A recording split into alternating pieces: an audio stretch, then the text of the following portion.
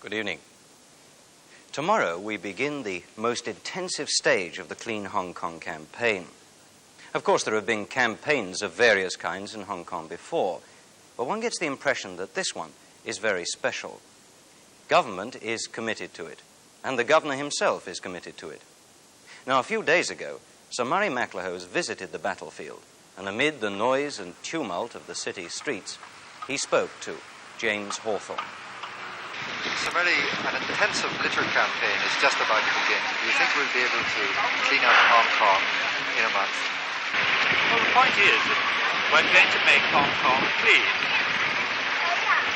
I don't know whether it's going to take 30 days or more, but I don't really think this is the point. Now, we hope to break the back of this problem in November, and I hope we'll have done a very good job by the end of it. But keeping Hong Kong clean isn't for November, it's forever. Are you satisfied, sir, that the government machine is geared to the campaign? I mean, have we got enough equipment, enough people, and enough money to do the job? Well, I think so.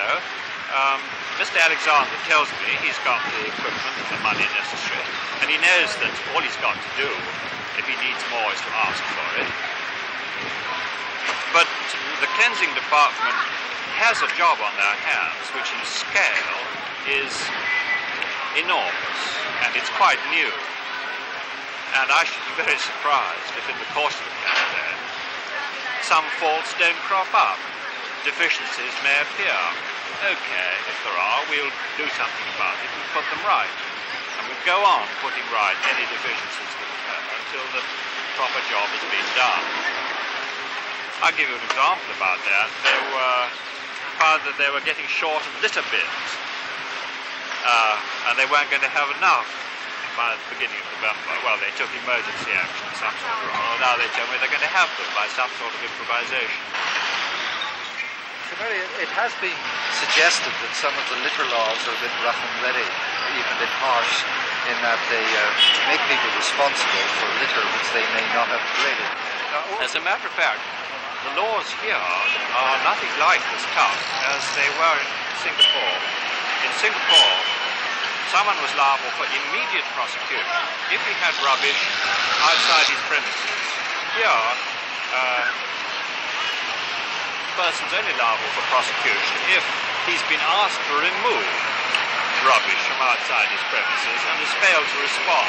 And one would hope in any case by that time he'd persuaded whoever was putting the rubbish there to stop doing so. For the past 3 months, we've had a publicity and education campaign. How far have you felt this has been successful? Well, I think it's gone extraordinarily well. All the media, the press, radio, television have done a magnificent job, and they really seem to me to put their hearts into it. And the same thing goes for the community. First of all, you can already see that Hong Kong is becoming cleaner. That's the most important thing of all, it's what it's all about. Then secondly, the community involvement scheme that the Secretariat for Home Affairs is running is doing extremely well. They already have 40,000 volunteers on the job. So this is a wonderful response. I might say it comes as absolutely no surprise to me, because I've always been convinced that everybody wants this campaign to succeed. On what do you think the success of this campaign will depend? Is there any one thing? Well, when you come to think of it, it's really a very simple question. First of all, there's the initial cleanup.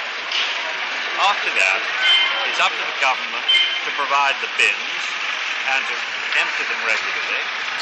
And it's up to the public to put the litter in the bins and not in the street. And if, in fact, it's up to everyone to work with the cleaners and not against them. And if anyone is so lazy or so silly as to continue to drop litter in the street instead of putting it into the bins, well, it's up to the public to jog their memory. It's very, very simple. So the condition for success is that everybody should play their part, and I'm sure they will.